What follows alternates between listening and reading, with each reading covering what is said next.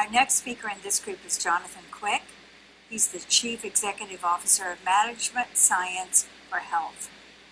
Now, we all know the problem with getting accredited and accurate drugs and prescriptions to the people who are the most in need. And that's what his commitment to action is about, delivering accredited drug seller programs in Africa so that quality essential medicines can reach 70 million people in rural communities. Jonathan?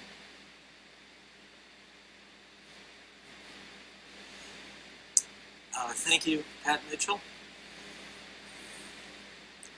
2 billion people, a third of the world's population, lack regular access to quality essential medicines. In Tanzania, as in most low-income countries, when someone gets sick enough to go outside for treatment, their first stop isn't a trained health professional or clinic, no. It's a drug seller down the street. What do they get? Too often, what the person gets is small quantity, high price, poor quality, wrong drug. The result? Prolonged illness, or worse, death from the wrong treatment. It doesn't have to be that way. Walk down a long, dusty road with me in the Ruvuma region of southern Tanzania. There you'll find Frida Kamba in her small, clean, colorful shop. Frida provides reliable health information. She dispenses essential medicines for major childhood killers like malaria and diarrhea, for family planning, for AIDS prevention, for other common health problems. Frida is a new kind of health worker in Tanzania. She's a licensed drug dispenser. She saves lives and improves health in her own community, but she has the financial security of owning her own business. Frida's not alone. There are 15,000 Fridas in Tanzania today, 90% of whom are women. How did that happen? Management Sciences for Health is a global nonprofit working in over 60 countries to help build strong local leaders in locally led health systems. Several years ago, we made a decision to tackle the neglected chaos of unregulated drug sellers. So we teamed up with the Bill and Melinda Gates Foundation, with a visionary minister of health in Tanzania, and her courageous chief pharmacist, and with a progressive private sector. The result was an innovative public-private partnership, accredited drug shops. Today, in virtually every town and village in Tanzania, you'll find an accredited drug shop. From Tanzania, we took that health systems innovation to Uganda, to Liberia, to Zambia. Thousands of accredited drug shops in these countries are providing access to affordable essential medicines to 36 million people. This is a scalable social enterprise. MSH and our partners bring the know-how and the initial seed capital. The ministries of health do the training, the licensure, the monitoring, and the accredited drug shops are sustainable local businesses doing good in their own community. So, how can you help? We want more Fridas. We want tens of thousands of Fridas. We've made a Clinton Global Initiative commitment to extend the accredited drug shop program to reach 70 million people in Africa. We're actually more than halfway there. Walk with us down the rest of the road. We're looking for three kinds of partners. Social enterprise partners to introduce the concept into new countries at a cost of about $1 million per country to do the initial part. Scale partners to add new districts to expand in existing countries, about $100,000 per district. And innovation partners to extend to emerging areas like heart disease and diabetes, to add new products for women and girls, new products for women and girls, to improve operations with mobile technologies, microfinancing, and public information campaigns. MSH's vision is a world where everyone has the opportunity for a healthy life.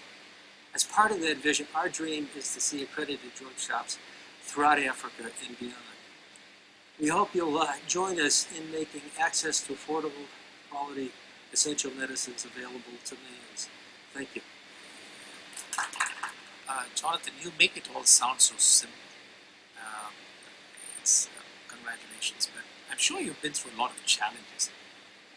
What are some of the challenges that you've had to encounter, obstacles, and some of the toughest markets you've had to deal with? Yeah. Well, we have what we call the giant spiders in Gothic cathedrals conundrum.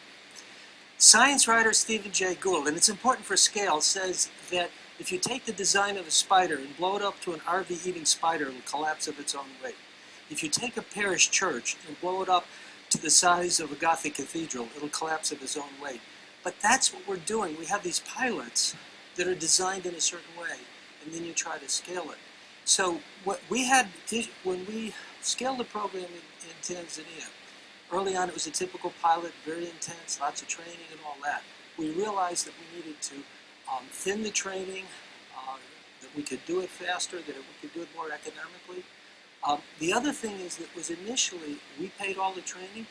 Once it was up and going, we realized that the drug sellers, we looked, listened, they saw value in it. They now pay 60% of the cost of the training and all that. So it was really looking at what worked. One other thing was, there was no unity in the drug sellers, and they weren't learning. And the Rockefeller Foundation supported a drug sellers association. And if I could say one thing about public-private innovation is it lets the unexpected happen.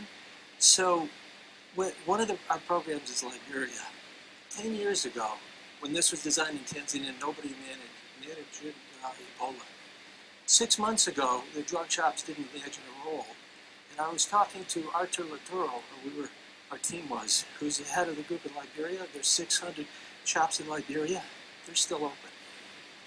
And the Ministry of Health has developed Ebola education material. Volunteer pharmacists have gone out to these shops, got it up and going. And the key thing is they're embedded in the community. They're trusted, which has been one of the issues. And so, just a word for the public-private partnership and the sort of innovative, let's solve a problem in front of us spirit that really engenders. I'm sorry, I was really touched because we're all struck by Ebola, but to see that this could adapt and be there. And now the program in Uganda is actually already putting surveillance in, so it's that flexibility. My apologies for taking the time. But That was a perfect story. Thank you very much, Jonathan and Jensina. Thank you. Look forward to following these commitments to action. I guess two questions, and they both relate to the same three folks. So, and I'm forgetting your first names, but the women tech education work, the Jensina. the creating the women pharmacists, and then the PRI. And the first question just relates, I think, to the two of you. Are there ways that this is revenue generating, or is part of your model for scaling, thinking about how the core impact of your work can generate revenue for your project? And then second, I guess for the three of you, what I'm curious about is whether there doesn't lie a commitment where all of you can work together, I think, achieving your core commitments that you talked about today. So wouldn't it be wonderful if Jensina's women are your reporters or subjects focusing on communication for your drug purveyors who are women? Like, there has to be a way that the We've three of already you... been whispering to you. Yes, exactly. So these are sustainable. Once they're up and going, these shops just go. But what was interesting is almost none of them have gone out of business because, the market's there and they provide the best value. So, for a few years in the 2000s, we invested, and this is a self-perpetuating operation. And the stories of how these women are using the income to put kids into school and all of that. And so that just keeps going. So it's actually that startup. And once it's into the country, even the startup and expansion attracts different funders. So the Global Fund, the Rockefeller Foundation, the Danish, others have come in. And so it's really just getting that going. Once it's up in a few places and people know it works, then it expands, and then it just continues, which is the beauty of it. We're out of there. We're not doing anything in Tanzania. They got 15,000, there's their turnover. And it goes. It's a continuing gift to the country.